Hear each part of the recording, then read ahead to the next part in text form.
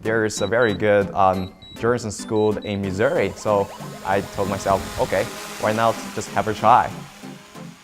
Even though I have some language barriers, when I first came here, I thought it's much easier than I expected. When I was walking on the street, people will smile and say hello to each other, and I think it's really warm. In these 2 years, I think one of the most important things that I learned is that I learned the foundation on which the US is built. As a student from China, I also know the core value of China. This experience, it taught me to respect others with different kind of backgrounds and values. As a student who majors in emerging media, I learned how to fly a drone, and I learned how to film 360 videos.